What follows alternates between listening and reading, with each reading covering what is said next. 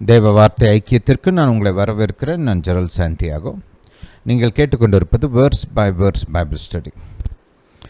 இன்று நாம் தொடர்ந்து ஆதியாகமம் 1 அதிகாரம் 2 வசனத்தை தியானிக்கப் போகிறோம்.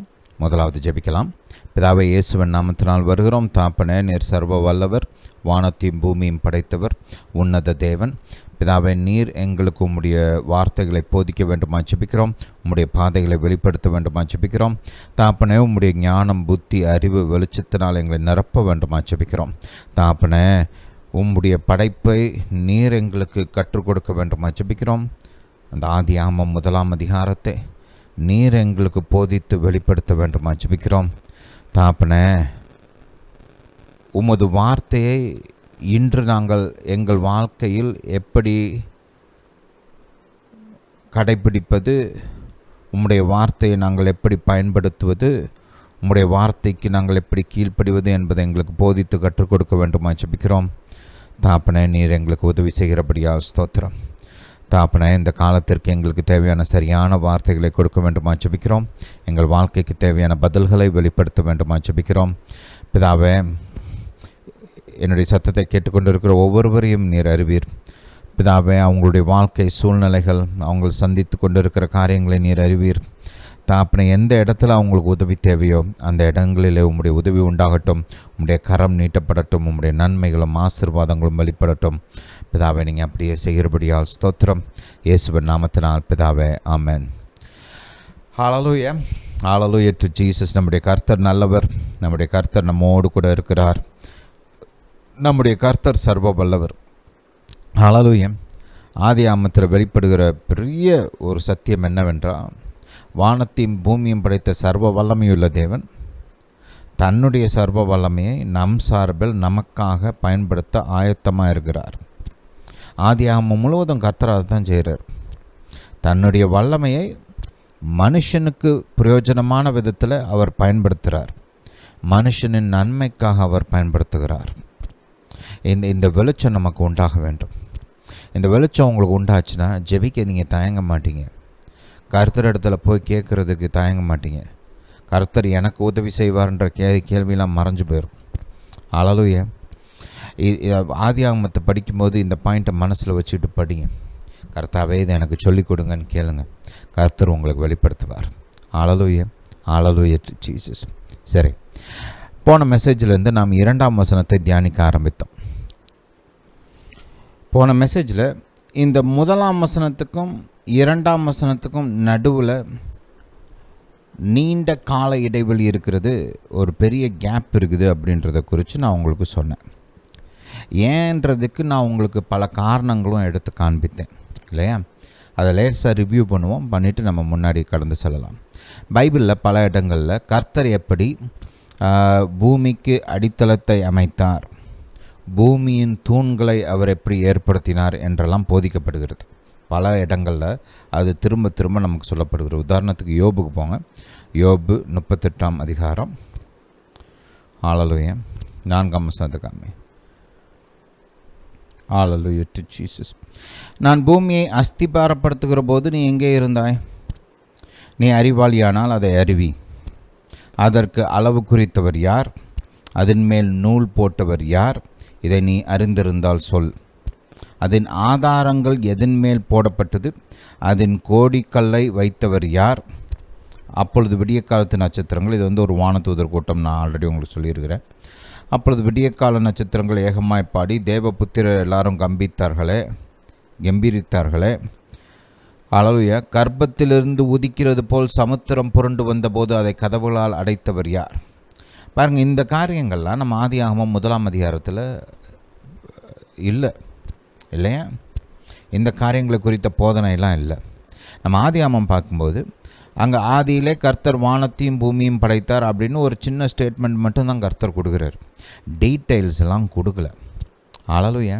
அநேக காரியங்கள் நடந்தது, ரைட்? அந்த பரலோக வானத்தையும் பூமியும் சிருஷ்டித்தார். சரி, ஆதியில் பாருங்கள், கர்த்தர் பரலோகத்தையும் சிருஷ்டித்தார் இல்லையா? அவர் இருக்கிற இடம், ரைட்? 3ஆம் வானம்னு சொல்கிறோம். அதெல்லாம் கர்த்தர் சிருஷ்டித்தார். ஆதியில் வானத்தை சிருஷ்டித்தார், ரைட்? அதுக்கப்புறம் மற்ற காரியங்களை சிருஷ்டித்தார். பரலோகத்தில் இருக்கிற காரியங்களெல்லாம் அவர் தான் உண்டாக்கினார் இல்லையா? அதெல்லாம் ஒரு காலத்தில் நடந்துச்சுல. அதை குறித்த டீட்டெயில்ஸ்லாம் இங்கே கிடையாது. நம்மளுக்கு வேதம் நமக்கு போதிக்குது. கர்த்தர் வானதூதர்களை சிருஷ்டித்தார் இல்லை? சிங்காசனங்கள், துரைத்தனங்கள், அதிகாரங்கள் இவைகளெல்லாம் கர்த்தர் சிருஷ்டித்தார். அந்த டீட்டெயில்ஸ்லாம் நமக்கு இங்கே முதல் அதிகாரத்தில் கொடுக்கப்படவே கிடையாது. இதெல்லாம் யுகமாக நடந்த காரியங்கள். இதெல்லாம் ஏதோ 6000 வருஷத்துக்கு முன்னாடி ஆரம்பித்தது கிடையாது. ரெண்டாவது, இங்கே நம்ம முதல் அதிகாரத்தில் இயற்கை உலகத்தோட சிருஷ்டிப்பு தான் நம்மளுக்கு ஃபுல் டீட்டெயிலாக கொடுத்துருக்கிறார். இந்த ஆவிக்குரிய உலகத்தில் இருக்கிற காரியங்களை அதை எப்படி சிருஷ்டித்தாருன்ற டீட்டெயில்ஸ்லாம் இங்கே கிடையாது நம்மளுக்கு. ஹல்லேலூயா டு ஜீசஸ். ரெண்டாவது, பூமியோட சிருஷ்டிப்பை குறித்த முழு டீட்டெயில்ஸுமே இங்கே இல்லை. நம்ம இப்போ யோபில் பார்த்த காரியங்கள்லாம் ஆதி ஆகமத்தில் இல்லை, ரைட்? அப்போ அதனால தான் பாருங்கள், நம்ம ஏசியா தீர்க்கதரிசியை பார்த்தாலுமே அங்கே கர்த்தர் எப்படி மலைகளை உருவாக்கினார், பர்வதங்களை உருவாக்கினார், ரைட்? சமுத்திரத்தை எப்படி அளந்து கரெக்டாக அளவெல்லாம் பார்த்து கரெக்டாக உருவாக்குனார் தண்ணீரை, ரைட்? மேகங்களை எப்படி படைத்தார் அப்படின்னா வேதம் போதிக்குது. தன்னுடைய ஞானத்தினாலும் அறிவினாலும் புத்தினாலும் உண்டாக்கினார், கரெக்டாக மெஷர் பண்ணி உருவாக்கினார் அப்படின்றதெல்லாம் அங்கே போதிக்கப்படுது. நீங்கள் நீதிமொழிகள் 3 மற்றும் 8ஆம் அதிகாரத்துலேயும் இந்த காரியங்கள்லாம் சொல்லப்படுது. அப்போ அதை குறித்த டீட்டெயில்ஸ்லாம் நம்மளுக்கு இங்கே இல்லை, ஆனால் அங்கே கொடுக்கப்பட்டிருக்குது. நீங்கள் ஒரு வேளை போன மெசேஜ் கேட்கலன்னா தயவு செஞ்சு போய் கேளுங்க. அதில் நான் இன்னும் கொஞ்சம் டீட்டெயில்டாக பேசியிருக்கிறேன். அப்போ உங்களுக்கு இன்னும் கொஞ்சம் ஒரு நல்ல விளக்கங்கள் கிடைக்கும், ரைட்? அப்போ இதெல்லாம் எப்போ நடந்துச்சு, ரைட்? இதெல்லாம் டெஃபினட்டாக 3வது வசனத்துக்கு அப்புறம் நடக்கலை. ஏன்னா இந்த காரியங்கள் எதுவுமே 3வது வசனத்துக்கு அப்புறம் நம்ம பார்க்க முடியாது ஆதியாகமம் 1ஆம் அதிகாரத்தில், ரைட்? அதனால தான் நான் சொல்கிறேன் பாருங்க, இந்த 3ஆம் வசனத்துக்கு முன்பாக பல யுகங்கள் கடந்து போயிருக்குது. ஹல்லேலூயா. எவ்வளவோ காலம், எண்ணிக்கையற்ற காலம். ஏன்னா அது நித்தியத்தில் நடந்த காரியங்கள். இதெல்லாம் 1ஆம் வசனமும் 2ஆம் வசனமும் நித்தியத்தில் நடந்தவைகள். இந்த முதல் நாள்ன்றது 3ஆம் வசனத்திலிருந்து தான் ஆரம்பிக்குது. அதையும் நான் உங்களுக்கு போன தடவை காமிச்சேன், ரைட்? இங்கே கவனிங்க. தேவன் வெளிச்சம் உண்டாக கடவுது என்றார், வெளிச்சம் உண்டாயிற்று. வெளிச்சம் நல்லது என்று தேவன் கண்டார். வெளிச்சத்தையும் இருளையும் தேவன் வெவ்வேறாக பிரித்தார். தேவன் வெளிச்சத்துக்கு பகல் என்று பெயரிட்டார், இருளுக்கு இரவு என்று பெயரிட்டார். சாயங்காலமும் விடியற்காலமும் ஆகி 1ஆம் நாள் ஆயிற்று. அப்போ பாருங்கள், இங்கே 3ஆம் நாளில் அவர் வெளிச்சத்தை குறித்து 3ஆம் நாள்னு சொல்கிறேன். 3ஆவது வசனத்துலேருந்து நம்ம பார்த்தோம்னா இந்த முதல் நாளில் அவர் வெளிச்சத்தை குறித்து மட்டும்தான் பேசுகிறாரு. ஹல்லேலூயா. 3ஆம் வசனத்தில் பாருங்கள், வெளிச்சம் உண்டாக கடவுதுன்னு சொல்கிறாரு, வெளிச்சம் உண்டாயிற்று. 4ஆம் வசனத்தை வெளிச்சம் நல்லது என்று தேவன் கண்டார்னு தான் போட்டிருக்குது. எங்கேயாவது வானத்தையும் பூமியையும் பார்த்து நல்லதுன்னு கண்டார்னு போட்டிருக்குதா? அந்த முதல் வசனத்துலேயும் 2வது வசனத்துலேயும், ரைட்? நீங்கள் இந்த ஆதியாகமத்தோட கடைசியில் கர்த்தர் இந்த பூமியை மறுபடியும் ஜீவனால் நிரப்பி, ரைட், நன்மைகள்னால் நிரப்பி மனுஷனெல்லாம் படைச்சு முடிச்சதுக்கப்புறம் எல்லாம் நல்லா இருக்குதுன்னு சொல்கிறார். அது வேறு. என் முதல் வசனத்தில் நீங்கள் இந்த ஃபார்மேட், இந்த முதல் அதிகாரத்தோட ஃபார்மேட்டை படித்து பார்த்தீங்கன்னா, பேட்டர்ன் பார்த்தீங்கன்னா, ஒவ்வொரு காரியத்தை உருவாக்குனதுக்கப்புறமா அதை பார்த்துட்டு அவர் நல்லா இருக்குதுன்னு சொல்கிறார் இல்லையா? வானத்தை படைச்சிட்டு அவர் நல்லா இருக்குதுன்னு சொன்னார், நீங்கள் போட்டிருக்குதா? இல்லை. பூமியை படைச்சிட்டு இங்கே நல்லா இருக்குது அப்படின்னு சொன்னாருன்னு போட்டிருக்குதா? அதுவும் கிடையாது. இந்த 3ஆம் வசனத்திலிருந்து கர்த்தர் ஒரு புதிய காரியத்தை ஆரம்பிக்கிறாருன்றது நமக்கு நல்லா தெரியுது இல்லையா? ஹல்லேலூயா. அவர் செயல்பட்ட விதத்துக்கெல்லாம் ஒரு ஃபார்மேட் இருக்குது. வெளிச்சத்தை உருவாக்கும் போது ஒரு ஃபார்மேட் இருக்குது. தண்ணீரை பிரித்து கட்டாந்தரையை கர்த்தர் மேலே கொண்டு வர்றார் இல்லையா? அப்போ ஒரு ஃபார்மேட் இருக்குது. பறவைகளை, மச்சங்களை, மிருகங்களை உண்டாக்கும் போது ஒரு ஃபார்மேட் இருக்குது. மனுஷனை உருவாக்கும் போது ஒரு ஃபார்மேட் இருக்குது. ஆனால் அந்த ஃபார்மேட் எதுவுமே முதல் வசனத்துக்கும் 2வது வசனத்துக்கும் பொருந்தாது. ஹல்லேலூயா. ஸோ இந்த காரியங்களெல்லாம் வச்சு நம்ம ஒரு காரியத்தை சொல்ல முடியும் நல்லா. அந்த 1ஆம் வசனமும் 2ஆம் வசனமும் நித்தியத்தில் நடந்த காரியங்கள். இங்கே 3ஆம் வசனத்தில் ஆரம்பித்தது தான் இந்த முதல் நாள், 2ஆம் நாள், 3ஆம் நாள், அதெல்லாம். ஹல்லேலூயா. Hallelujah to Jesus. சரி, அந்த பாயிண்ட்டை மைண்டில் வச்சுக்கோங்க. நான் இப்போ வந்து ஸ்கிரிப்சுரல் பேட்டர்னை குறித்து நான் உங்களுக்கு ஒன்று காமிக்க போகிறேன். ஒரு சிலர் சொல்கிறாங்க, நான் ஏற்கனவே சொன்ன மாதிரி அந்த முதல் வசனமும் 2ஆம் வசனமும் ஒரே காரியத்தை குறித்து தான் பேசுது, நடுவில் வந்து கேப் இல்லை, முதல் வசனத்துக்கும் 2வது வசனத்துக்கும் நடுவில் ஒன்றுமே நடக்கலை, இட்ஸ் ஜஸ்ட் அ கண்டினியூட்டி அப்படின்னு சொல்கிறாங்க. வானத்தையும் பூமியும் சிருஷ்டித்தார், பூமியானது ஒழுங்கின்மையும் வெறுமையும் இருந்தது அப்படின்னு சொல்கிறாங்க. அதனால் it's just a continual statement. அது வந்து ஒரு தொடர்ச்சியான ஒரு போதனை, ஒரு வசனம், ரைட்? அதனால் அதில் வந்து நீங்கள் கேப் இருக்குதுன்னெலாம் சொல்ல முடியாதுன்னு சொல்கிறாங்க. நான் அதை இன்றைக்கி உங்களுக்கு வந்து பைபிளில் இருந்து அப்படி கிடையாது. பல இடங்களில் கர்த்தர் வசனத்துக்கு நடுவில் கேப்பெல்லாம் வச்சுருக்கிறார். ஏன்? ஒரே வசனத்திலேயே ஒரே வசனத்தில் இருக்கிற வார்த்தைகளுக்கு நடுவுலையே கேப் இருக்குது, பல்லாண்டுகள் கேப் இருக்குது, ஏன் ஆயிரக்கணக்கான வருஷம் கேப்பு கூட இருக்குதுன்றதை நான் இன்றைக்கி உங்களுக்கு காமிக்க போகிறேன். ரைட்? முதலாவது பாருங்கள், நம்ம எல்லாருக்கும் தெரிந்த ஒரு வசனத்தை பார்ப்போம். ஏசாயா தீர்க்கதரிசியின் புஸ்தகம். ஹல்லேலூயா டு ஜீசஸ். ஏசாயா தீர்க்கதரிசியின் புஸ்தகம் 61ஆம் அதிகாரம் 61. ரைட்? ஏசாயா தீர்க்கதரிசியின் புஸ்தகம் 61 முதல் வசனத்திலேருந்தே வாசிப்போம். இது கர்த்தராகிய இயேசு கிறிஸ்துவை குறித்த வசனம். இதை எடுத்து தான் கர்த்தர் வந்து லூக்கா 4ஆம் அதிகாரத்தில் ஆவியானவர் என் மேலே அப்படின்னு சொல்லி பிரசங்கம் பண்ணுறாரு இல்லையா? அந்த வசனத்தை நம்ம கொஞ்சம் இங்கே வாசிப்போம்.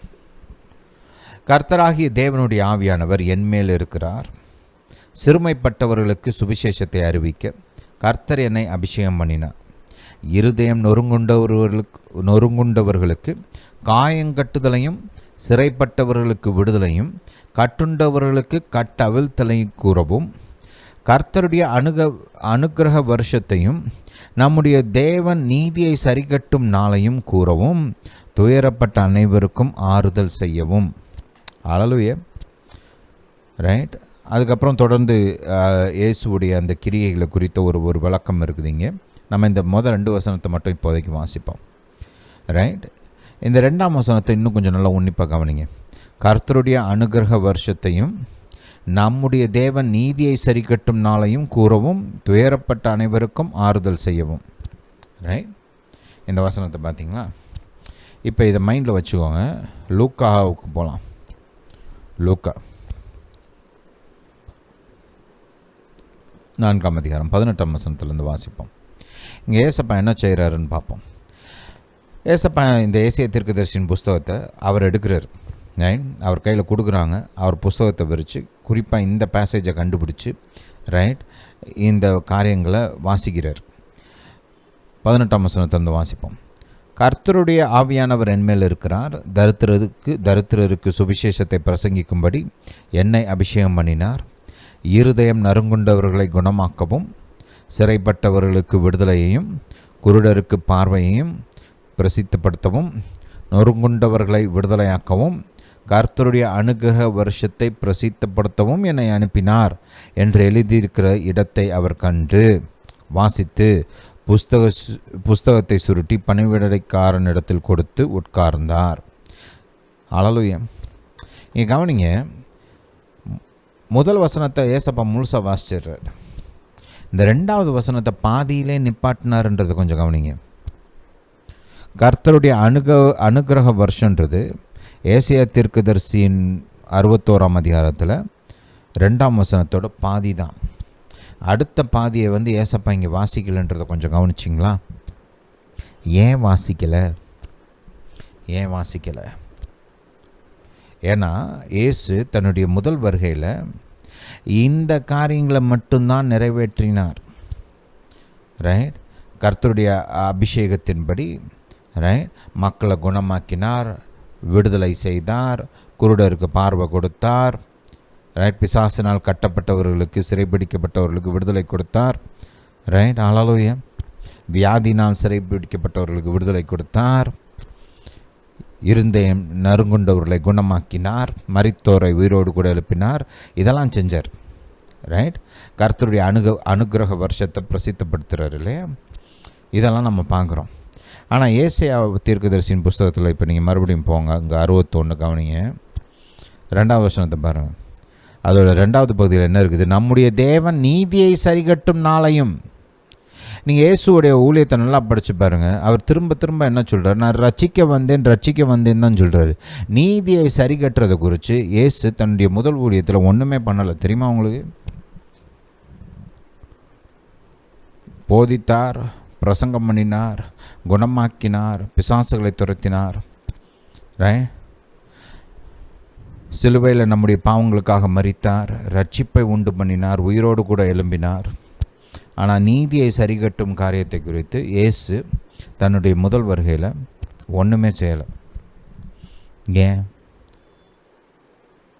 ஏன்னா அந்த நீதியை சரிகட்டுறது இயேசுடைய 2ஆம் வருகையில் அவர் செய்ய போகிறார். ஹல்லேலூயா டு ஜீசஸ். நீதியை சரிகட்டுதலுக்கு இங்கிலீஷில் ஒரு வேர்டு யூஸ் பண்ணுவாங்க, வெஞ்சன்ஸ். இயேசுடைய முதல் ஊழியத்தின் முதல் வருகையில் நீங்கள் இயேசு ஹி அவெஞ்ச்டு அப்படின்னு எங்கேயாவது பார்க்க முடியுமா? வெஞ்சன்ஸ்ன்ற வார்த்தையை இயேசுடைய ஊழியத்தில் எங்கேயாவது பொருத்த முடியுமா?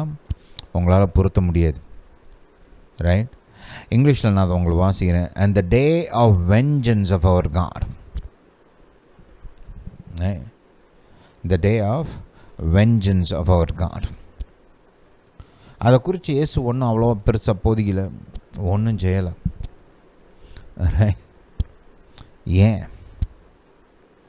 ஏன்னா அந்த முதல் வருகையில் அதை அவர் செய்யவே கிடையாது.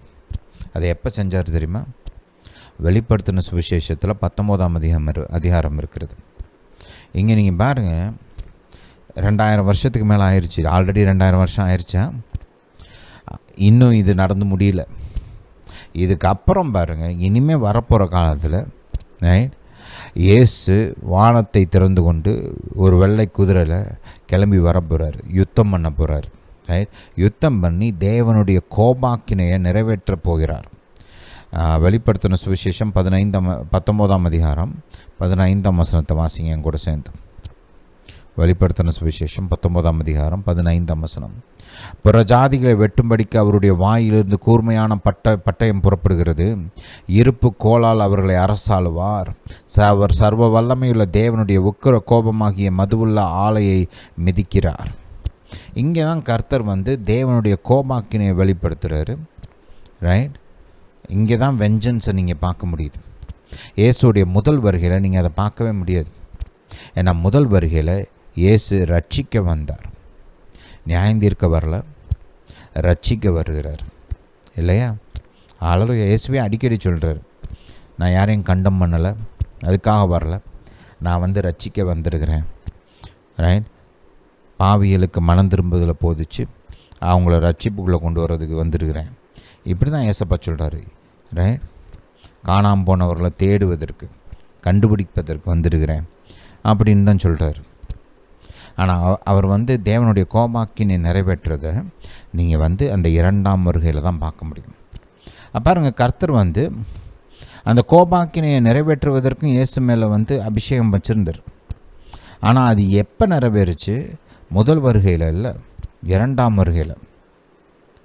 அப்போ நீங்கள் பார்க்குறோம், ஒரே வசனம், அந்த ஒரு வசனத்தோட நிறைவேறுதல் பாருங்கள். முதல் பகுதி இயேசுடைய முதல் வருகையில் நிறைவேறுது. அந்த அனுக்கிரக வருஷத்தை அவர் வெளிப்படுத்துகிறாரு, போதிக்கிறாரு, அதை செயல்படுத்துகிறாரு. இல்லையா? ஹல்லேலூயா. அந்த தேவன் நீதியை சரிக்கட்டும் வேலையை இயேசு தன்னுடைய 2ஆம் வருகையில் தான் செய்கிறார். ஹல்லேலூயா. இங்கே அவர் முதல் வருகையில் அந்த அனுக்கிரக வருஷத்தை அறிவிக்கிறதுலையும் மக்களுக்கு நன்மை செய்கிறவராக சுற்றி துரிகிறதுலையும் தான் அவர் ஃபுல்லாக ஃபோக்கஸ் பண்ணுறார். அந்த 2ஆம் பகுதியை விட்டுட்டார் பாருங்க. ஹல்லேலூயா. Hallelujah to Jesus. சரி, இன்னொரு ரொம்ப ஃபேமஸான ஒரு வேத பகுதிக்கு போகலாம். யோவேல் தீர்க்கதரிசி எழுதின தீர்க்க தரிசனங்களை பார்க்க போகிறோம். யோவேல் தீர்க்கதரிசி எழுதின புஸ்தகம், ஹல்லேலூயா, 2ஆம் அதிகாரம். இங்கே பார்த்தீங்கன்னா நம்மளுக்கு எல்லாம் தெரிந்த ஒரு வேத பகுதி. இதை எடுத்து தான் நம்ம பேதுரு பெந்தகோஸ்தே தினத்தண்டு பிரசங்கம் பண்ணுறார். இல்லையா? அப்போ அந்த முதல் பகுதியை பாருங்கள். ஹல்லேலூயா டு ஜீசஸ். 28ஆம் வசனத்திலிருந்து வாசிப்போம். அதற்கு பின் நான் மாம்சமான யாவர் மேலும் என் ஆவியை ஊற்றுவேன். அப்பொழுது உங்கள் குமாரரும் உங்கள் குமாரத்திகளும் தீர்க்க தரிசனம் சொல்லுவார்கள். உங்கள் மூப்பர் சொப்பனங்களையும் உங்கள் வாலிபர் தரிசனங்களையும் காண்பார்கள். ஊழியக்காரர் மேலும் ஊழியக்காரிகள் மேலும் அந்நாட்களிலே என் ஆவியை ஊற்றுவேன். வானத்திலும் பூமியிலும் இரத்தம், அக்கினி, புகைஸ்தம்பங்களாகிய அதிசயங்களை காட்டுவேன். கர்த்தருடைய பெரிதும் பயங்கரமான நாள் வரும் முன்னே சூரியன் இருளாகவும் சந்திரன் இரத்தமாகவும் மாறும். ரைட். அப்பொழுது கர்த்தருடைய நாமத்தை தொழுது கொள்கிறவனவனோ அவன் ரட்சிக்கப்படுவான். இங்கே ஒரு காரியத்தை பாருங்களேன். 28ஆம் வசனத்தில் சொல்லப்படுகிற காரியம், ரைட், ஆவியை ஊற்றுவேன், ரைட், தரிசனம் காண்பார்கள், தீர்க்க தரிசனம் சொல்வார்கள், சொப்பனம் காண்பார்கள். இதெல்லாம் பெந்தகோஸ்தே நாள்லேருந்து இன்றைக்கி வரைக்கும் நடந்துகிட்டு இருக்குது. ஊழியக்காரர்கள் மேலும் ஊழியக்காரர் மேலும் அந்நாட்களிலே என் ஆவியை ஊற்றுவேன். இதுவும் இன்றைக்கி வரைக்கும் நடந்துகிட்டு இருக்குது. இந்த 30-31 ஸ்கிப் பண்ணுங்க. 32வது வசனத்தை கவனிங்க. அப்பொழுது கர்த்தருடைய நாமத்தை தொழுது கொள்கிறவன் எவனோ அவன் ரட்சிக்கப்படுவான். இதுவும் இன்றைக்கி வரைக்கும் நடந்துகிட்டு இருக்குது இல்லையா? ஆனால் இந்த நடுவில் சொல்லப்பட்ட இந்த 30-31 கொஞ்சம் கவனிங்க. வானத்திலும் பூமியிலும் இரத்தம், அக்கினி, புகைஸ்தம்பங்களாகிய அதிசயங்களையும் காட்டுவேன். இதெல்லாம் இன்றைக்கி வரைக்கும் நடக்கலை. ரைட். கர்த்தருடைய பெரிதும் பயங்கரமான நாள் வரும் முன்னே சூரியன் இருளாகவும் சந்திரன் ரத்தமாகவும் மாறும். பிளட் மூணுன்னு சொல்கிறோம், ஆனால் இது வெறும் பிளட் மூணு மட்டும் கிடையாது. ஏதோ லைட்டோட ரிஃப்ளெக்ஷனால் உண்டாகிற பிளட் மூணு இல்லை. இந்த சந்திரன் ரத்தம் மாறுறது இது வேறு லெவல். நீங்கள் வெளிப்படுத்தின சுவிசேஷத்தெல்லாம் எடுத்து படித்து பார்த்தீங்கன்னா இதோட ஆக்சுவல் ஒர்க் அங்கே காமிக்கப்படுது. ரைட். அது வேறு லெவலில் இருக்குது. ரைட். அப்போது இங்கே நம்ம பார்த்தோம்னா இது ரெண்டையும் கவனித்து பாருங்கள். ஒரே தீர்க்க தரிசனம் தான் இல்லையா? முதல் பகுதி நிறைவேறிட்டு இருக்குது, 32வது வசனமும் நிறைவேறிட்டு இருக்குது. ஆனால் இந்த 30-31 பாருங்கள், இது இன்னும் நிறைவேறலை. ரைட். இந்த முதல் பகுதியோட நிறைவேறுதல் ஆரம்பித்து 2000 வருஷத்துக்கு மேலே ஆச்சு. ரைட். இன்றைக்கி வரைக்கும் இது ரெண்டும் நிறைவேறலை. கேப் இருக்குதா? ஒரே தீர்க்க தரிசனம், தொடர்ச்சி தானே. ரைட். சேம் பாயிண்ட்டு தான். இதை எக்ஸாக்டாக எடுத்து பேதுரு அப்படியே கோட் பண்ணுறாரு. நீங்கள் அப்போஸ்தலர் 2ஆம் அதிகாரம் எடுத்து படித்து பார்த்தீங்கன்னா ரைட், பேதுரு இந்த வசனங்களை அப்படியே எடுத்து சொல்கிறார். Right. Hallelujah, hallelujah to Jesus. அப்போ பாருங்கள் 19ஆம் வசனத்தை பாருங்களேன் ஒரு நிமிஷம். அப்போஸ்தலர் நடவடிக்கைகள் 2ஆம் அதிகாரம் 19ஆம் வசனம். அல்லாமலும் உயரே வானத்தில் அற்புதங்களையும் தாழ பூமியில் இரத்தம், அக்கினி, புகை காடாகிய அதிசயங்களையும் காட்டுவேன். இது பாருங்கள், அந்த பெந்தகோஸ்தே தினத்தன்று நடந்துச்சேன் கிடையாது. இன்றைக்கி வரைக்கும் நடந்திருக்குதா? நடக்கலை. ரைட். கர்த்தருடைய பெரிதும் பிரகாசமும் உள்ள நாள் வரும் முன்னே சூரியன் இருளாச்சா? இன்றைக்கி வரைக்கும் நடக்கலை. ரைட். ஹல்லேலூயா. இதோட நிறைவேறுதல்லாம் வெளிப்படுத்தின சுவிசேஷத்தில் தான் நம்ம பார்க்குறோம். பாருங்க, ஒரே தீர்க்க தரிசன போதனை தான், கடைசி நாட்களை குறித்தது தான். ஆனால் அந்த நிறைவேறுதலுக்கு மத்தியில் ஆயிரக்கணக்கான ஆண்டுகள் வித்தியாசம் இருக்கிறத கவனிங்க. அந்த கேப் இருக்கிறத பாருங்கள், பேட்டர்ன். ஹல்லேலூயா. அதனால் தொடர்ச்சியாக ஒரு காரியம் சொல்லப்படுறதுனால அதெல்லாம் அதே காலத்தில் நிறைவேறிச்சுன்னு அர்த்தமே கிடையாது. பைபிளில் இது நான் உங்களுக்கு 2 இடத்துல காமிச்சிருக்கிறேன். இன்னும் பைபிளில் நீங்கள் படித்து பார்த்தீங்கன்னா இன்னும் நிறையா பார்க்கலாம். Hallelujah, hallelujah to Jesus. நீங்கள் சங்கீதங்களெல்லாம் படித்து பாருங்கள். குறிப்பாக தாவீது எழுதின சங்கீதங்களெல்லாம் படித்து பார்த்தீங்கன்னா பல இடங்களில் தாவீது தன்னை குறித்து பேசி கொண்டு இருப்பார். ரைட். வார்னிங்கே இல்லாமல், கொஞ்சம் கூட ஒரு முன்னெச்சரிப்பே இல்லாமல், ரைட், டக்குன்னு கிறிஸ்துவை குறித்து பேச ஆரம்பிப்பார். அவர் வாழ்ந்த நாட்களுக்கும் கிறிஸ்துவோட நாட்களுக்கும் எத்தனை நூற்றாண்டுகள் நடுவில் கேப் இருக்குது. ரைட். நீங்கள் ஆக்சுவலாக உங்களுக்கு கர்த்தருடைய வார்த்தை குறித்த கொஞ்சம் வெளிச்சம் இல்லைன்னா அவர் கிறிஸ்துவை குறித்து பேசுகிறாருன்னு கூட உங்களுக்கு தெரியாது. ஹல்லேலூயா, ஹல்லேலூயா டு ஜீசஸ். அப்படி டக்குன்னு மாற்றுவார். ஒரு சில இடங்களெல்லாம் அது அவர் வாழ்க்கைக்கும் பொருந்தும், கிறிஸ்துவோட வாழ்க்கைக்கும் பொருந்தும். அந்த மாதிரி இருக்கும். பழைய உங்களால் கண்டுபிடிக்க முடியாது. நீங்கள் உதாரணத்துக்கு பாருங்கள், சங்கீதம் 16 எடுங்களேன். சங்கீதம் 16. நீங்கள் இந்த சங்கீதத்தை படித்து பார்த்தீங்கன்னா அவர் வந்து நல்லா ஜெபிக்கிறாரு, பேசிகிட்டு இருக்கிறாரு. என் நெஞ்சமே, மொதல் வசனத்தில் இருந்தே வாசிப்போம். தேவனை என்னை காப்பாற்றும், உம்மை நம்பி இருக்கிறேன்.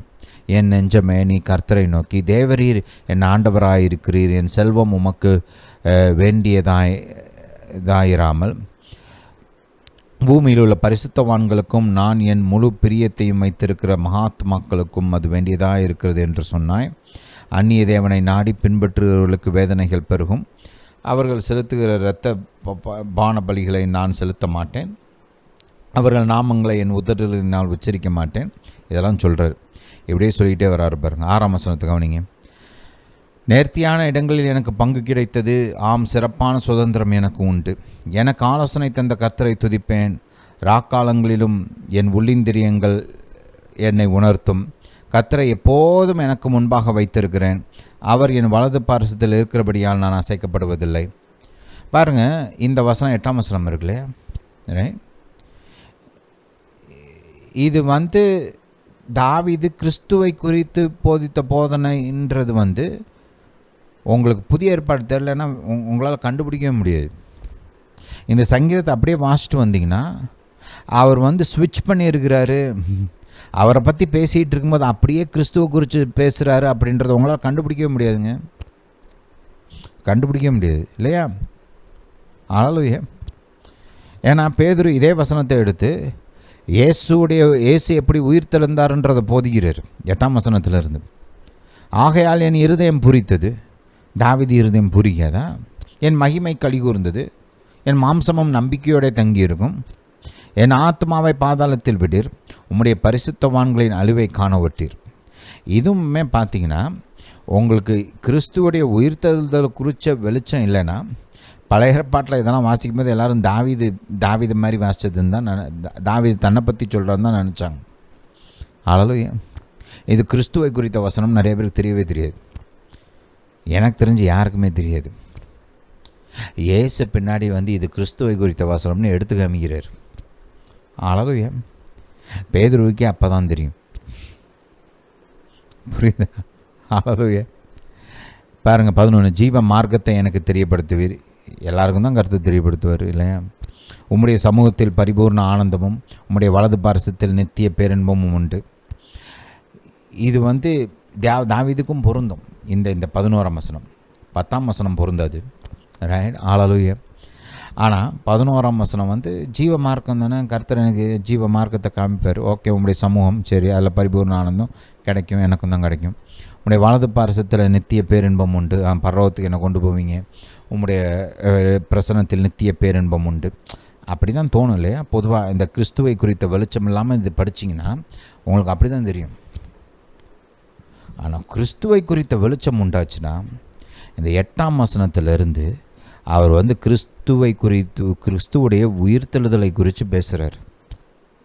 பாருங்கள், கிறிஸ்து பிறக்கிறதுக்கு பல நூற்றாண்டுகளுக்கு முன்பாக வாழ்ந்த தாவீது முதல்ல 7 வசனத்தில் தன்னை குறித்து சாதாரணமாக பேசிகிட்டு இருக்கிறாரு. 8ஆம் வசனத்தில் எந்த அறிகுறியும் இல்லாமல், எந்த ஒரு வார்னிங்கும் இல்லாமல், ரைட், அப்படியே 2000 வருஷம் பல 100 ஆண்டுகளுக்கு அப்புறம் கிறிஸ்துவோடைய வாழ்க்கையில் நடக்க போகிற அந்த உயிர்த்தெழுதலை குறித்து பேச ஆரம்பிக்கிறார். அல்லேலூயா. நடுவில் கேப் இருக்குதா? பல 100 ஆண்டுகள் கேப் இருக்குது.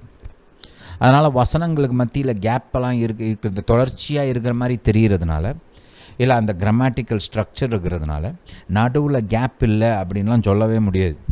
அது வந்து ரீசனபிள் ஆர்கியூமெண்ட் கிடையாது. நீங்கள் பிப்ளிக்கல் பேட்டர்னை படித்து பார்த்தீங்கன்னா, நான் உங்களுக்கு உதாரணத்துக்கு ஒரு 3 காரியத்தை நான் இங்கே காமிச்சிருக்கிறேன். நீங்கள் பைபிளை படித்து பாருங்கள், எக்கச்சக்கமாக இருக்குது. நீங்கள் மத்தேயு எழுதின சுவிசேஷத்தில் ஒரு காரியத்தை நான் உங்களுக்கு காமிக்கிறேன் பாருங்கள். சிம்பிளான காரியம்தான், ஆனால் அது வந்து ஒரு நாள் கேப்பு, ஒரு நாள் கேப்லாம் இருக்குது. ஆனால் அது வந்து தொடர்ச்சியாக இருக்கிற மாதிரி தான் எழுதியிருப்பாங்க. நீங்கள் மத்தேயு பாருங்களேன், மத்தேயு 21 நினைக்கிறேன். ஏசப்பா வந்து எருசலேமுக்குள்ளே நுழைகிறார் இல்லையா? அல்லேலூயா. அப்போ எருசலேமுக்குள்ளே வெற்றி ஊர்வலம் போகிறார். வெற்றி ஊர்வலம் போன உடனே 12ஆம் வசனத்தை கவனிங்க. இயேசு தேவாலயத்தில் பிரவேசித்து ஆலயத்தில் விற்கிறவர்களையும் கொள்ளுகிறவர்களுமாகிய யாவரையும் வெளியிலே துரத்தி காசுக்காரருடைய பலகைகளையும் புறா விற்கிறவர்களின் ஆசனங்களையும் கவிழ்த்து என்னுடைய வீடு ஜப வீடு எனப்படும் என்று எழுதியிருக்கிறது, நீங்களோ அதை கள்ளர் குகையில் ஆக்கினீர்கள் என்றார். ரைட். அப்பொழுது குருடரும் சப்பானிகளும் தேவாலயத்தில் அவரிடத்திற்கு வந்தார்கள், அவர்களை சொஸ்தமாக்கினார். அப்போ கவனிங்க, இங்கே போட்டிருக்கலையே அந்த 12ஆம் வசனம் 12, 13, 14. ரைட். நீங்கள் மத்தேயு எழுதின சுவிசேஷத்தை வாசித்து பார்த்தீங்கன்னா, அவர் எருசலேமுக்குள் பிரவேசிக்கையில் நகரத்தார் யாவரும் இந்த 10ஆம் வசனத்தின் வாசிங்களேன் என் கூட.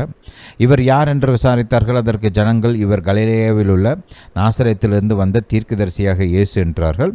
இயேசு தேவாலயத்தில் பிரவேசித்து, ரைட், அட் அ டைம் நடந்த மாதிரி தானே தெரியுது நம்மளுக்கு. ரைட், அப்படி தானே தெரியுது. ஆனால் நீங்கள் மார்க் சுவிசேஷத்தை படித்து பாருங்கள். இயேசு முதல் நாளில் வர்றாரு, தேவாலயத்துக்குள்ளே போகிறாரு, அங்கே இருக்கிறதெல்லாம் பார்க்குறாரு, பார்த்துட்டு பெத்தனிக்கு திரும்ப போகிறாரு.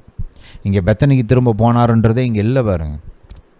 அது மட்டும் கிடையாது, அடுத்த நாள் காலையில் அவர் அந்த அத்திமரத்தை சபிக்கிறார். ரைட், ஹல்லேலூயா. சபிச்சுட்டு அதுக்கப்புறம் தேவாலயத்துக்குள்ளே மறுபடியும் வர்றார். தேவாலயத்துக்குள்ளே அப்போ தான் அடுத்த நாள் தான் அவர் இந்த மக்களை விரட்டுறார். ரைட், அந்த வியாபாரம் பண்ணிகிட்டு இருந்தவங்களெல்லாம் விரட்டி விட்றார். ரைட். மத்தேயுல நீங்கள் படித்து பார்த்தீங்கன்னா ஒரே மாதிரி தான் தெரியும், கண்டினியூஸாக நடந்த மாதிரி தான் தெரியும். அந்த வெற்றி ஊர்வலம் முடிஞ்ச உடனே அப்படியே ஏசப்பா தேவாலயத்துக்குள்ளே போனார், அங்கே இருக்கவங்களாம் விரட்டினாருன்னு தான் தோணும். ஆனால் நீங்கள் மார்க்கை படித்து பார்த்தா தான் தெரியும், நடுவில் ஒரு நாள் கேப் இருக்குது. பைபிளில் இந்த மாதிரி தான் பாருங்கள், பல இடங்களில் ஒரு வேத பகுதியை வச்சு அதோடைய ஃபுல் வெளிப்பாடும் நம்மளுக்கு கிடைக்காது.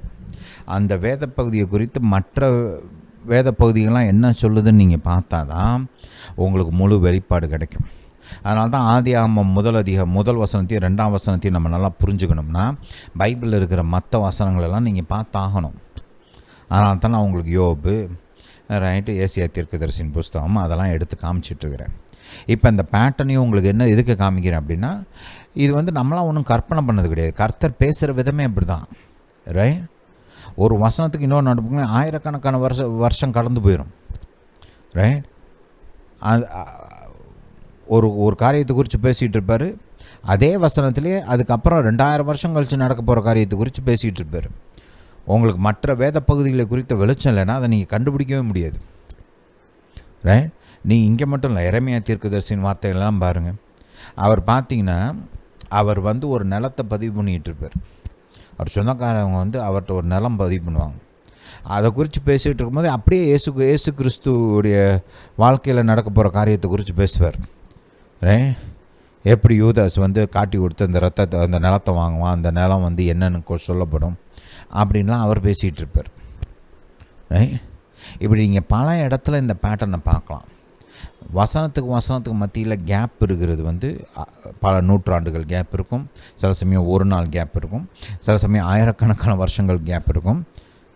ஆதியாகமம் முதல் அதிகாரத்தில் பல எவ்வளோ நாள் நம்மளால் சொல்லவே முடியாது. ரைட். நம்மளுக்கு தெரியல, பைபிளில் எக்ஸாக்டாக நம்மளுக்கு டீட்டெயில்ஸ் கொடுக்கல. ஆனால் அந்த முதல் வசனத்துக்கும் 2வது வசனத்துக்கும் நடுவில் பல காரியங்கள் நடந்துச்சு அப்படின்றத வேதம் நம்மளுக்கு மற்ற இடங்களில் போதிக்குது. முதல் வசனத்துக்கும் 2வது வசனத்துக்கும் நடுவில் பல காரியங்கள் நடந்துச்சு அப்படின்றத வேதம் நம்மளுக்கு மற்ற இடத்துல போதிக்குது. அது என்னன்றதை நான் இன்றைக்கி உங்களுக்கு இன்ட்ரடியூஸ் பண்ணிவிட்டு அடுத்த மெசேஜில் நம்ம டீட்டெயிலாக பார்ப்போம். நான் போன மெசேஜில் ஒரு காரியத்தை நான் சொன்னேன், கவனிச்சிருப்பீங்க. கேட்காதவங்க திரும்ப கேளுங்க. பாருங்கள், இந்த 2வது வசனத்தில் இருக்கிற அந்த ஆதியாகமம் முதல் அதிகாரம் 2ஆம் வசனத்தில் இருக்கிற அந்த பூமியின் சூழ்நிலை ஆதியாகமம் 6ஆம் அதிகாரத்தில் 6 மற்றும் 7ஆம் அதிகாரத்தில் இந்த பூமி மீது வந்த நியாய தீர்ப்புக்கு ஒப்பாக இருக்கிறதுன்றத நான் உங்களுக்கு ஹைலைட் பண்ணி காமிச்சேன். ரைட். அது திரும்ப நான் உங்களுக்கு சொல்கிறேன் இன்றைக்கி, ஏன்னா இன்றைக்கி அது சம்மந்தமாக இன்னும் கொஞ்சம் ஜாஸ்தி பேச போகிறோம். ரைட். பூமியானது ஒழுங்கின்மையும் வெறுமையுமாய் இருந்தது. ஹல்லேலூயா. ஆழத்தின் மேல் இருள் இருந்தது, தேவ ஆவியானவர் ஜலத்தின் மேல் அசைவாடி கொண்டிருந்தார். அப்போ பாருங்கள், 2 காரியம். ஒன்று, கர்த்தர் எதையுமே பாருங்கள் நல்ல விதத்தில் தான் உருவாக்குவார். இங்கே நம்ம ஆல்ரெடி எஸ்டாப்ளிஷ் பண்ணிட்டோம். இந்த 2ஆம் வசனத்திலேயே பூமியில் நிலம் இருந்துச்சு, சமுத்திரமும் இருந்துச்சு, தண்ணீர் இருந்துச்சு, மலைகளும் இருந்தது, பர்வதங்களும் இருந்தது அப்படின்றது பைபிள் மூலமாக நான் உங்களுக்கு ஆல்ரெடி எடுத்து காமிச்சிட்டேன். அப்புறம் ஏன் பூமியில் தண்ணீர் முழுமையாக மூடி இருந்துச்சு? ஏன் பர்வதங்கள் காணப்படலை? ஏன் மலைகள் காணப்படலை? ஏன் தரை காணப்படலை? ஏன் எல்லாவற்றையும் தண்ணீர் மூழ்க பண்ணி இருந்துச்சு? ஏன்? ரைட்? ஏன்னா கட்டாயமாக கட்டாந்தரையை உருவாக்கும் போதும் மலைகளை உருவாக்கும் போதும் ரைட் அதை தண்ணீருக்கு அடியில் ஒன்றும் கர்த்தர் அதெல்லாம் உருவாக்கலை. கட்டாந்தரையை கர்த்தர் உருவாக்கும் போது என்ன தண்ணீருக்கு அடியிலையா உருவாக்குனார்? இல்லை மலைகளை உருவாக்கும் போது தண்ணிக்கு அடியிலையா உருவாக்கி வச்சுருந்தார்? கிடையாது. அப்போ ஏன் தண்ணீர் முழு பூமியும் ஏன் ஆக்கிரமிச்சிச்சு? ஏன் தண்ணீர் முழு பூமியும் மூடி இருக்குது? அந்த கேள்வியை நம்ம கேட்கணும்ல. ரைட்? கர்த்தர் எல்லாத்தையும் பர்ஃபெக்டாக கரெக்டாக செய்கிறவர். கர்த்தர் ஒளியாகவே இருக்கிறார். வெளிச்சத்தையும் ஒளியையும் விரும்புகிறவராக இருக்கிறார். அவர் ஏன் பூமி ஒழுங்கின்மையும் வெறுமையும் அந்தகாரம் நிறைந்ததையும் ஏன் வச்சுருந்தார்? அப்படி ஒரு கேள்வி ஒன்று வருதுல்ல. ஹல்லேலூயா. ஏன்னா கர்த்தர் ஒளியாகவே இருக்கிறார். பரலோகத்தில் பார்த்திங்கன்னா கர்த்தருடைய மகிமை வெளிச்சமாக இருக்குது. பரலோகத்தில் நிழல் கூட கிடையாது. இருட்டை விட்டுருங்க, ஒரு நிழல் கூட கிடையாது பரலோகத்தில். ரைட்? அப்படிப்பட்ட கர்த்தர் பூமியை உருவாக்கி அதை ஒழுங்கின்மையும் வெறுமையுமா வச்சுருந்து ரைட் அதில் இருள் வேறு என்னத்துக்கு இருக்குது? ஹல்லேலூயா. அதை அந்த பாயிண்ட்டையும் நம்ம பார்க்கணும். ரைட்? ஏன் தண்ணீர் மூடி இருந்துச்சுன்றது ஒரு கேள்வி. இன்னொன்று, ஏன் ஒழுங்கின்மையும் வெறுமையுமா இருக்குது, ஏன் இருள் இருக்குது அங்கே அப்படின்றதும் கேள்வி. ரைட்? நீங்கள் நம்ம ஆல்ரெடி ஒன்று காரியம் காமிச்சேன். இந்த பூமியில் தண்ணீர் இப்படி நிரம்பிக்கிற இருக்கிறது நியாய தீர்ப்புக்கு ஒப்பாக இருக்குதுன்றதை நம்ம பார்த்தோம் இல்லையா? ஆதியாகமம் 6ஆம் அதிகாரம் 7ஆம் அதிகாரம் 8வது அதிகாரத்தை நீங்கள் படித்து பார்த்தீங்கன்னா அங்கே பூமியை அப்படியே தண்ணீர் நிரப்புச்சுன்றதை நம்ம பார்க்குறோம். ரைட்? மலைகள் பர்வதங்களுக்கு மேலே 15 கியூபிட்னா குறைந்தபட்சம் அட்லீஸ்ட் ஒரு 22 அடி. ரைட்? மலைகளுக்கு மேலே மவுண்ட் எவரெஸ்ட்டுக்கும் மேலே பார்த்துக்கோங்க. ரைட்? மவுண்ட் எவரெஸ்ட்டுக்கு மேலே 22 அடிக்கு அட்லீஸ்ட் ரைட் தண்ணீர் இருக்குது. அப்போ மொத்தமாக மூழ்க பண்ணிருச்சு, ஒன்றுமே தெரியாது, எல்லாம் வெறும் தண்ணி மட்டும்தான் தெரியும். அப்போ நீங்கள் பூமியை பார்த்துருந்தீங்கன்னா இருட்டாக தான் இருந்திருக்கும். ரைட்? ஜலம் முழுசாக கவர் பண்ணியிருக்குது. அப்போ இந்த 2வது வசனம் பூமி நியாய தீர்ப்புக்கு அடியில் இருந்த மாதிரி தான் நமக்கு காண்பிக்கிறது. ரைட்? ஒன்று, அந்த பாயிண்ட்டை மைண்டில் வச்சுக்கோங்க. நான் உங்களுக்கு நிறைய எடுத்து காமிக்க போகிறேன், அவசரப்படாதீங்க. ஒவ்வொரு பாயிண்ட்டாக சொல்ல அதை எழுதி வச்சுக்கோங்க.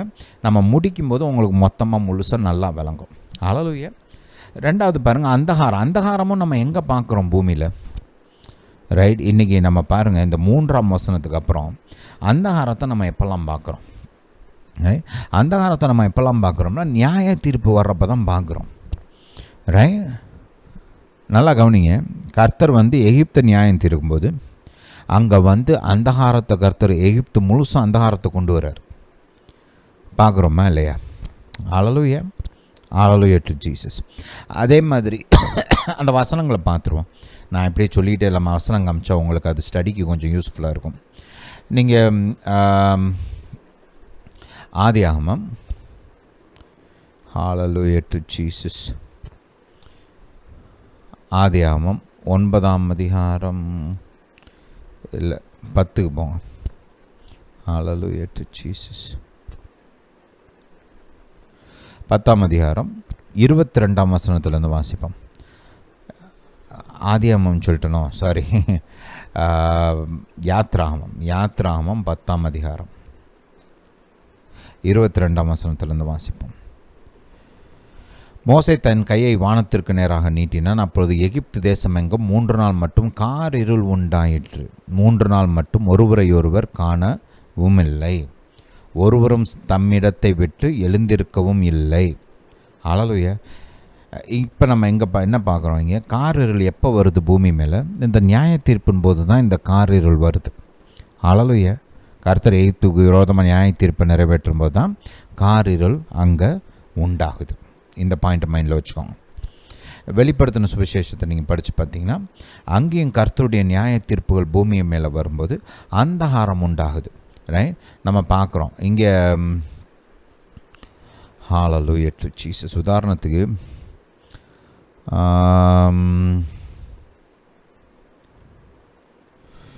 ஹல்லேலூயா டு ஜீசஸ். வெளிப்படுத்தின சுவிசேஷம் 16ஆம் அதிகாரத்துக்கு போங்க. ரைட், 16ஆம் அதிகாரத்தை நீங்கள் பார்த்தீங்கன்னா அங்கேயும் கர்த்தர் நியாயம் தீர்க்கிறார். ரைட், நியாயம் தீர்க்கும்போது அந்த கிறிஸ்துவோடைய அதிக ஆளுகைக்குட்பட்ட இடத்துல பூரா அந்தகாரத்தை உண்டு பண்ணுறார். ரைட், 16ஆம் அதிகாரம் 10ஆம் வசனத்தை எடுங்க. வெளிப்படுத்தின சுவிசேஷம் 16:10.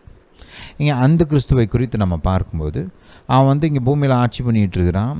ரைட், அப்போ கர்த்தர் அவனுடைய ஒரு தூதனை அனுப்பி, தூதன் தன் கலசத்தில் உள்ளதை மிருகத்தினுடைய சிங்காசனத்தின் மேல் ஊற்றினான். அப்பொழுது அதன் ராஜ்யம் இருளடைந்தது, அவர்கள் வருத்தத்தினால் தங்கள் நாவுகளை கடித்து கொண்டு. இதை நம்ம பார்க்குறோம். அது மட்டுமல்ல, சூரியன் அந்தகாரப்படுறதெல்லாம் நம்ம பார்க்குறோம். சூரியன் 3 ஒரு பகுதி அந்தகாரப்படுது, சந்திரன் 3 ஒரு பகுதி அந்தகாரப்படுது, நட்சத்திரங்களில் 3 ஒரு பகுதி அந்தகாரப்படுது. அதன் விளைவாக பூமியிலையும் 3 ஒரு பகுதி அந்தகாரப்படுது இல்லையா? அந்த டைம், அந்த ஒரு நாளில் 3 ஒரு பகுதி டார்க்காகவே இருக்குது. ஹல்லேலூயா டு ஜீசஸ்.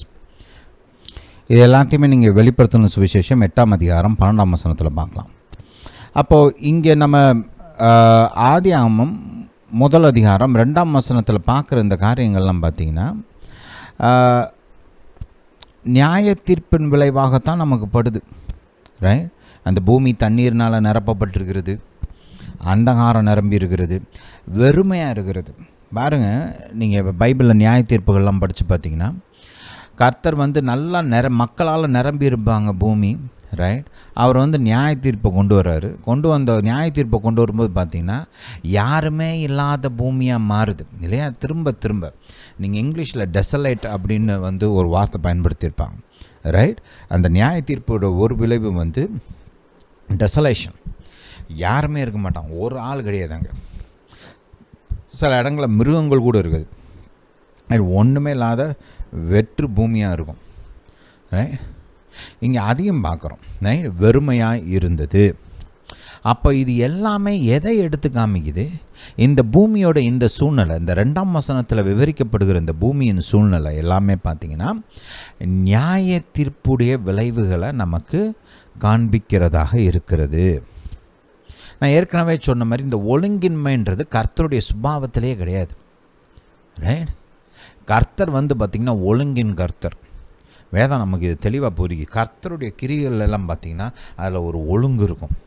எல்லாமே கர்த்தர் சிஸ்டமேட்டிக்காக ப்ராப்பராக ஆர்டர்லியாக தான் பண்ணுவார். ரைட், ஒழுங்கின்மைக்கும் கர்த்தருக்கும் சம்மந்தமே கிடையாது. ரைட், அந்த ஒழுங்கின்மையும் உருவாகக்கூடிய காரியம் இந்த மாதிரி நியாய தீர்ப்பு வரும்போது அந்த பூமி இருக்க வேண்டிய விதமாக இல்லாமல் வேறு மாதிரியாக மாறுறது. ரைட், இப்போ நம்ம பார்க்குறோம். உதாரணத்துக்கு ரோமருக்கு எழுதப்பட்ட நிருபத்தை கொஞ்சம் கவனிங்களேன். ரோமருக்கு எழுதப்பட்ட நிருபம். ஹல்லேலூயா.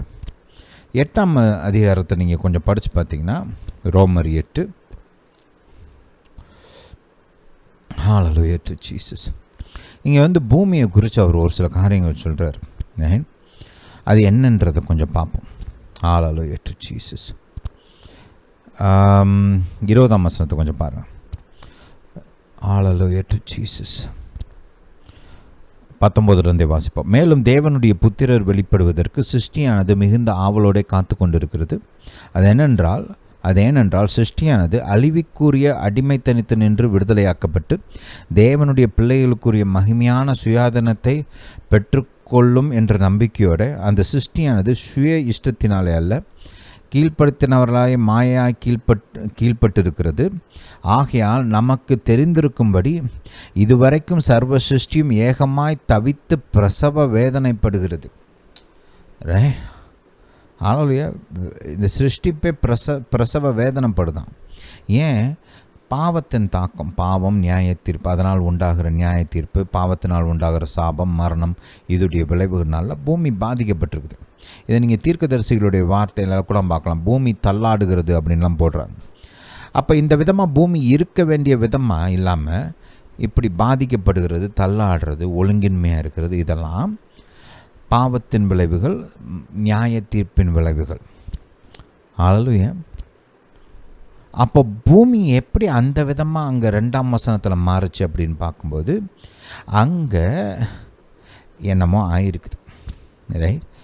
ஏதோ ஒரு காரணத்துக்காக நியாய தீர்ப்பு உண்டாயிருக்குதுன்னு நம்மளால் சொல்ல முடியும். உண்டாச்சுன்றதை நான் உங்களை காமிக்க போகிறேன். ஏன் உண்டாச்சுன்றதையும் நம்ம பார்க்க போகிறோம். அல்லேலூயா. ஒரு வசனம் பாருங்கள், என்னோட சேர்ந்து ஒரு குறிப்பான ஒரு வசனத்துக்கு பாருங்கள்.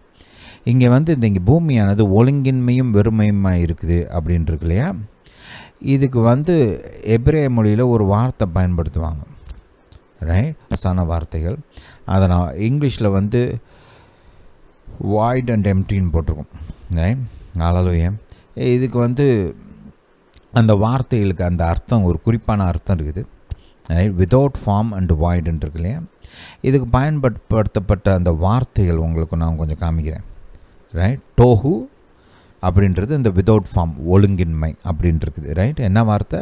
எபிரேய மொழியில் டோஹு. ரைட்? வாய்டுன்றது போஹுன்னு சொல்கிறாங்க. ரைட்? டோஹு அண்டு போஹு. ரைட்? ஹல்லேலூயா. எம்டி. ரைட்? ஒன்றும் இல்லாமல் இருந்துச்சு, ஒழுங்கின்மையாக இருந்துச்சு அப்படின்றது. இது எபிரேய மொழியில் கொஞ்சம் ஃபேமஸான வார்த்தை. ரைட்? பைபிள் சம்மந்தமாக.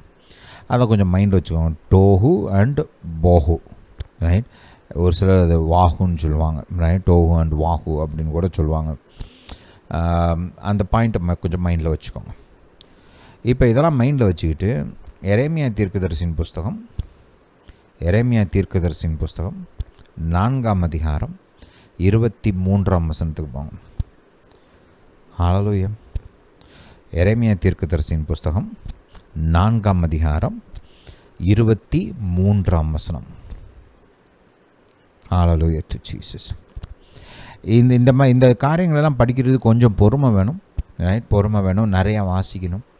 ரைட்? அதனால தான் நம்ம நிறைய வசனங்களை பார்க்குறோம். நான் சும்மா இது இப்படியாக்கும் அப்படியாக்கும்னு சொல்லிட்டு போயிடலாம், அது ஈஸி எனக்கு. ஆனால் அப்படி படித்தா உங்களுக்கு ஒரு ஞானம், கான்ஃபிடென்ஸு, இந்த காரியத்தை குறித்த ஒரு தெளிவு உண்டாகாது இல்லையா? அதனால தான் இதை கொஞ்சம் நான் டீட்டெயிலாக எடுத்து சொல்லிகிட்டு இருக்கிறேன். இப்போ பாருங்கள், எரேமியா தீர்க்கதரிசி இங்கே ஒரு காரியத்தை விவரிக்கிறார். பாருங்கள், தீர்க்கதரிசிகள் நம்ம பொதுவாக தீர்க்கதரிசிகள்னால் என்ன நினைக்கிறோம்? எதிர்காலத்தை அவங்க முன்னாடியே பார்த்து அதை அறிவிக்கிறவங்க அப்படின்னு நினைக்கிறோம். கரெக்டு தான், கரெக்ட், அதில் ஒன்றும் தப்பு கிடையாது.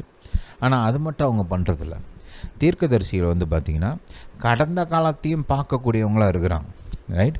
அதுக்கு வேர்ட் ஆஃப் நாலேஜ்னு ஒரு கிஃப்ட் இருக்குது. ஆவியானவருடைய வரங்களில் வெளிப்பாட்டு வரங்கள் 3: word of knowledge, word of wisdom, discernment of spirits. இந்த வேர்ட் ஆஃப் நாலேஜ்ன்றது நிகழ்காலத்தை குறித்த அறிவு, கடந்த காலத்தை குறித்த அறிவு. வேர்ட் ஆஃப் விஸ்டம், ஞானத்தின் வார்த்தை, அது எதிர்காலத்தை குறித்தது. டிசர்ன்மெண்ட் ஆஃப் ஸ்பிரிட்ஸ், ஆவிகளை பகுத்தறியும் வரம், அது நமக்கு ஆவி உலகத்துக்குள்ளே பார்க்கக்கூடிய அந்த திறனை கொடுக்குது. ரைட்? ஆவிகளை பகுத்தறியும் வரம். இது மூன்றும் ஒரு தீர்க்கதரிசியின் ஊழியத்தில் இது மூணுமே சேர்ந்து செயல்படும் பொதுவாக. ரைட்? தரிசனங்களை பார்க்கக்கூடிய மாதிரி இருக்கும்போதெல்லாம் பார்த்திங்கன்னா கர்த்தர் கடந்த காலத்தை குறித்தும் காமிப்பார், சில சமயம் நிகழ்காலத்தை குறித்து அநேக நேரங்களை காமிப்பார், எதிர்காலத்தை குறித்து அநேக நேரங்களை காமிப்பார். தீர்க்கதரிசிகள் பொதுவாக இந்த நிகழ்காலம் இல்லை எதிர்காலத்தோடு தான் டீல் பண்ணுவாங்க. ரொம்ப ரேராக இந்த கடந்த காலத்தை குறித்த காரியங்களை கூட சொல்லுவாங்க. இப்போ உதாரணத்துக்கு மோசே பார்த்திங்கன்னா, மோசே தான் ஆதியாகமம் புஸ்தகத்தை எழுதினார். அப்போ நடந்த காரியங்கள்லாம் அவர் எப்படி எழுதினார்? மோசே நான் இப்போ உயிரோடவா இருந்தார்? கிடையாது. பரிசுத்த ஆவியானவர் சிருஷ்டிப்பின் காலத்திலிருந்து, ரைட், இப்போ யாக்கோபின் காலம் முடிகிற வரைக்கும் என்னெல்லாம் நடந்துச்சு, யோசேபின் காலம் வரைக்கும் என்னெல்லாம் நடந்துச்சு அப்படின்னு ஆவியானவர் அவருக்கு இயற்கைக்கு அப்பாற்பட்ட விதத்தில் வெளிப்படுத்துகிறார். அதைத்தான் அவர் ஆதியாகமம் புஸ்தகத்தில் எழுதி வச்சிருக்கிறார். புரியுதா? மோசே தான் அதை எழுதினார். அதை குறித்து அப்போ அந்த 50 சாப்டரை குறித்த வெளிப்பாடு அவருக்கு எங்கேருந்து வந்துச்சு? பரிசுத்த ஆவியானவர் இந்த அறிவின் வார்த்தையின் வரம், வேர்ட் ஆஃப் நாலேஜ், அந்த கிஃப்ட் மூலமாக கடந்த காலத்தில் நடந்த காரியங்களெல்லாம் அவருக்கு எடுத்து காமிக்கிறார். ரைட்? கர்த்தர் காமிச்சதை அவர் எழுதி வச்சிருக்கிறார். புரியுதா? அதே விதமாகத்தான் இங்கே எரேமியா தீர்க்கதரிசியும் செயல்படுறார். இங்கே கர்த்தர் அந்த ஆதியில் என்ன நடந்தது என்பதை அவர் எரேமியா தீர்க்கதரிசிக்கு வெளிப்படுத்துகிறார். ஆதியில் என்ன நடந்துச்சுன்றதை எரேமியா தீர்க்கதரிசிக்கு வெளிப்படுத்துகிறார். ஹல்லேலூயா டு ஜீசஸ். அதை கொஞ்சம் நம்ம பார்ப்போம். 23ஆம் வசனத்துலேருந்து, பூமியை பார்த்தேன். எதை பார்த்தாராம்? பூமியை பார்த்தேன். இங்கே பார்த்தீங்கன்னா, இங்கெல்லாம் பார்த்தீங்கன்னா இஸ்ரவேல் தேசம் மற்ற தேசங்களை குறித்து அவர் பல இடங்களில் நியாய தீர்ப்பு பேசிகிட்டு இருக்கிறாரு. பேசிக்கிட்டே இருக்கும்போது திடீர்னு நடுவில் பூமியை பார்த்தேன்றார். இங்கே பூமியைனா இஸ்ரவேல் தேசத்தை சொல்லலை, மொத்த பூமியை சொல்கிறார்.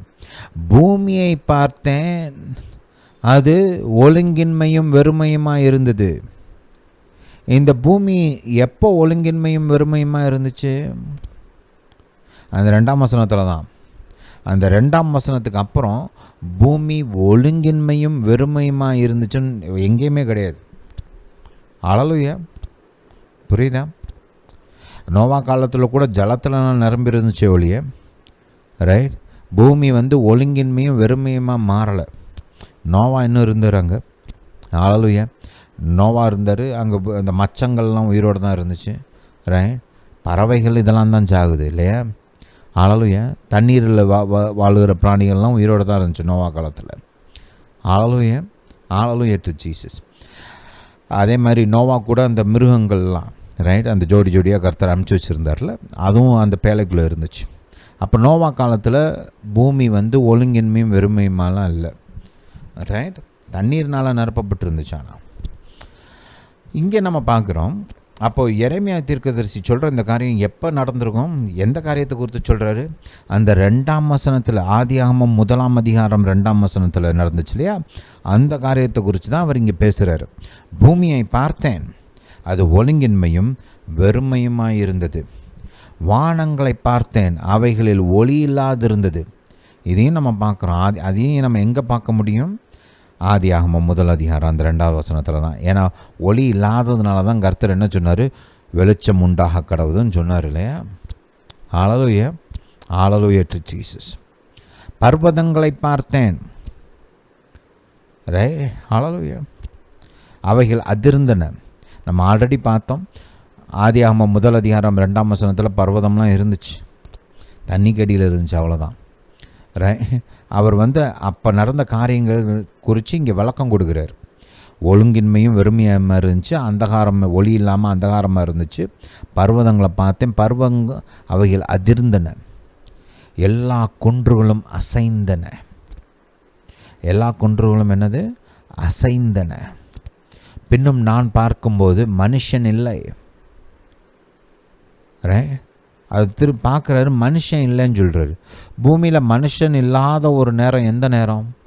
ஏன்னா அங்கே ஆதியாகமம் 1 அதிகாரம் 27ஆம் வசனத்துக்கு அப்புறம் 26ஆம் வசனத்துலேருந்து பார்த்திங்கன்னா பூமியில் மனுஷன் இருக்கிறான். நோவா காலத்தில் கூட அந்த 8 பேர் உயிரோடு தான் இருந்தாங்க. அப்போ மனுஷன் இல்லாத ஒரு காலம் எது? ரைட்? அந்த 2ஆம் வசனம் டைம் தான் இல்லையா? மற்ற வசனங்களோட நமக்கு 23, 24ஓட சேர்த்து பார்க்கும்போது அது எப்போ? அந்த 2ஆம் வசனத்தில். ரைட்? ஆகாசத்து பறவைகளெல்லாம் பறந்து போயின. இவர் ஏன் பறவைகளை பற்றி பேசுகிறாராங்க? ரைட்? பாருங்கள், இந்த வசனத்தெல்லாம் நீங்கள் வச்சு பார்க்கும்போது இன்றைக்கி சயின்டிஸ்ட்லாம் பெரிய பெரிய பறவைகளோட இந்த டைனோசர்ஸ் மற்றும் மற்ற அவளோட ஃபாசில்ஸ், ஏன் போன்ஸ் கூட எக்ஸ்கவேட் பண்ணுறாங்க இன்றைக்கி இல்லையா? அதெல்லாம் உண்மையான போன் தான், அதெல்லாம் ஒன்றும் செட்டப்லாம் கிடையாது. ரைட்? ஹல்லேலூயா. அப்படிப்பட்ட மிருகங்கள்லாம் நம்ம சரித்திரத்தில், நம்ம மனுஷ வாழ்க்கையில் யாருமே பார்த்தது கிடையாது. அப்போ அந்த மிருகங்களோட அந்த போன்ஸ், அந்த ஃபாசில்ஸ்லாம் எங்கேருந்து வந்துச்சு? எந்த காலத்தில் இருந்தவைகள் அவைகள்? அந்த ஒரு கேள்வி வருது இல்லையா? ஹல்லேலூயா. அந்த கொஸ்டின் மைண்டில் வச்சுக்கோங்க. இதை குறித்து நம்ம பார்ப்போம். அதுக்கான பதிலெலாம் சொல்கிறேன் நான். ஆனால் இங்கே இந்த பாயிண்ட்டை கொஞ்சம் நோட் பண்ணுங்கள். பறவைகள் எல்லாம் பறந்து போயின்னு சொல்கிறார். மனுஷன் வர்றதுக்கு முன்னாடி பறவைகளை குறித்து வேறு ஏன் பேசுகிறாரு? ஏன் பேசுகிறாரு? அந்த கேள்வியை கொஞ்சம் நோட் பண்ணி எழுதி வச்சுக்கோங்க, நோட் பண்ணிங்க அதெல்லாம். சரி, 26. பின்னும் நான் பார்க்கும்போது கர்த்தராலும் அவருடைய உக்கிர கோபத்தாலும் பயிர் நிலம் வனாந்தரமாயிற்று, அதன் பட்டணங்களும் இடிந்து போயின. ஹல்லேலூயா. எதை குறித்து பேசுகிறாரு? இது ஏன் இப்படி இருக்குதா? மனுஷன் இல்லாமல், பறவை இல்லாமல், பர்வதங்கள்லாம் அதிர்ற நிலைமையில், குன்றுகள்லாம் அசைகிற நிலைமையில், பூமி ஒழுங்கின்மையும் வெறுமையுமா, அந்தகாரமாக, வானங்கள் அந்தகாரமாக, ஏன் இப்படியெல்லாம் இருந்துச்சா? கர்த்தராலும் அவருடைய உக்கிர கோபத்தாலும். இது அதனால தான் நான் உங்களுக்கு சொன்னேன், அந்த 2ஆம் வசனம் ஒரு நியாய தீர்ப்புக்கு அடியில் இருக்கிற ஒரு பூமியை தான் நமக்கு சித்தரிக்கிறது. எதை சித்தரிக்குது? நியாய தீர்ப்புக்கு அடியில் இருக்கிற ஒரு பூமியை தான் அது சித்தரிக்கிறது.